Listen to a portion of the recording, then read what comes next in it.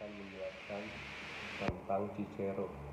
Cicero adalah salah satu orang terakhir yang berusaha mempertahankan republik, dan dia berupaya supaya pemerintah republik tetap berjalan. Selain salah satu seorang politis terkuat di Romawi, Cicero juga menulis beberapa buku filsafat. Cicero hidup pada masa yang sama dengan Lucretius.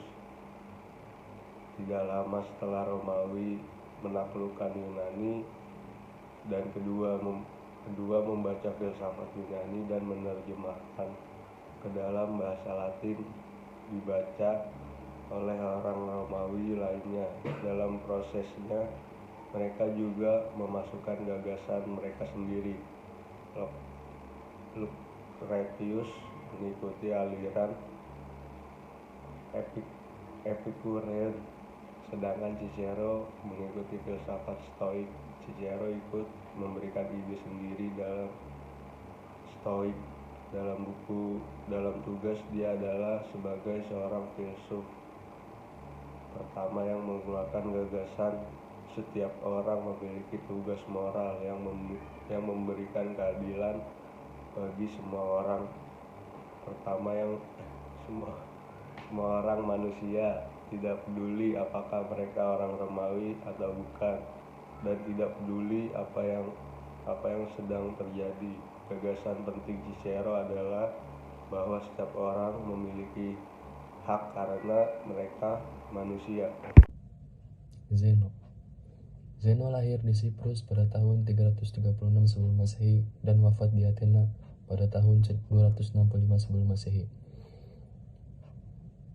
Saat muda, Zeno tidak diketahui mengenal filsafat dari mana.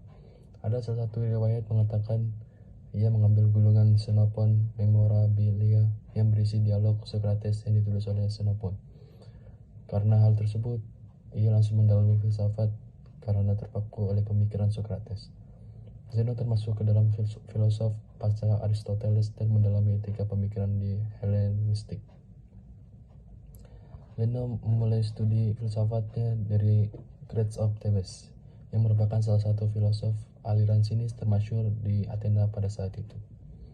Aliran sinis adalah yang tidak mempunyai cita-cita dan selalu menganggap orang lain lebih buruk. Karena itu ia disebut sinis.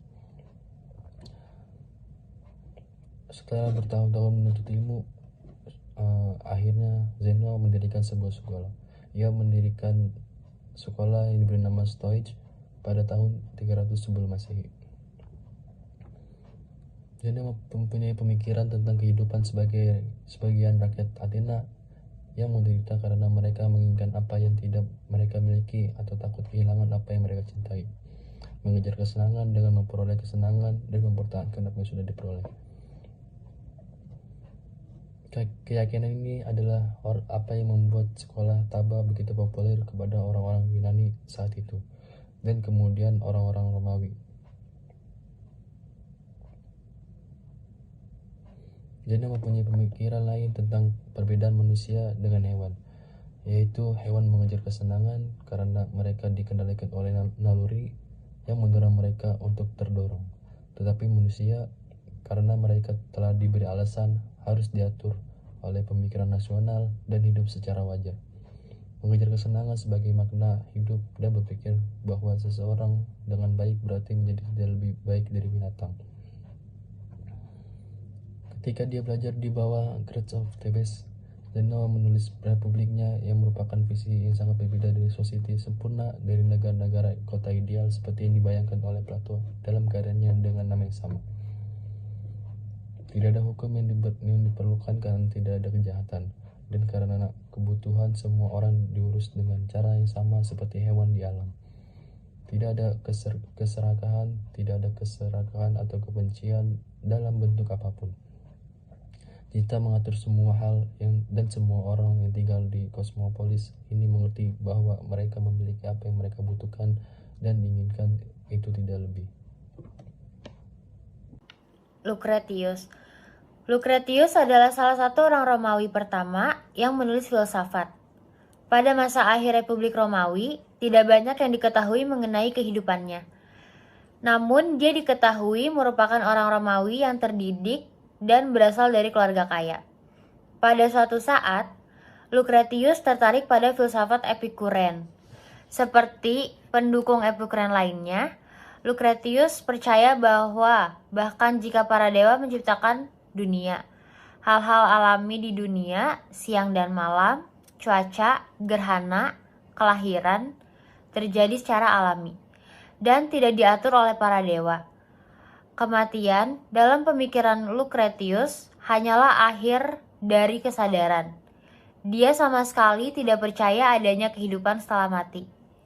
Kehidupan setelah mati adalah pertanyaan penting bagi Lucretius, karena pada masanya banyak orang Asia Barat dan Mediterania mulai mempercayai kehidupan setelah mati dengan surga dan neraka. Tidak hanya Epikurean, tetapi juga para penganut Buddha, Zoroaster, Kristen, para filsuf Platonis, dan orang-orang Gnostik juga banyak memikirkan kehidupan setelah mati pada masa ini.